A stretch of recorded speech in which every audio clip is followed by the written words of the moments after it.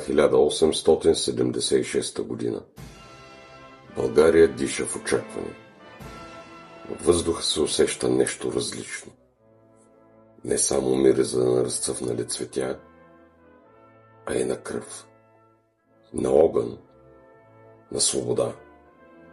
Толкова много сърца бият в едно, толкова много мечти горят като факли в нощта. И когато избухва априлското въстание, земята потреперва. От болка, от смелост, от надежда.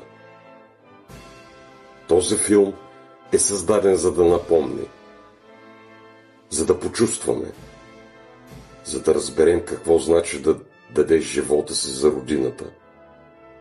Толкова много кръв се проля тогава. Не е напразно, защото от нея поникна свободата.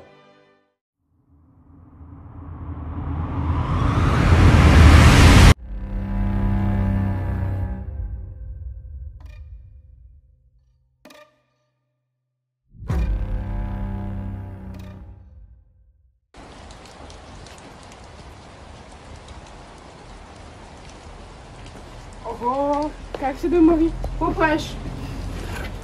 Как е положението? Няма отговор. Добре.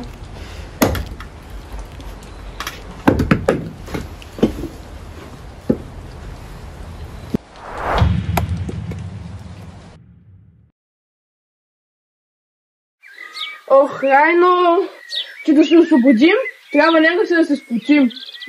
Уши го и знаме, че да станем всички заедно. Че как да го ушия тука? Та ние сме поробени. От всякъде ни дебнат пустите турци.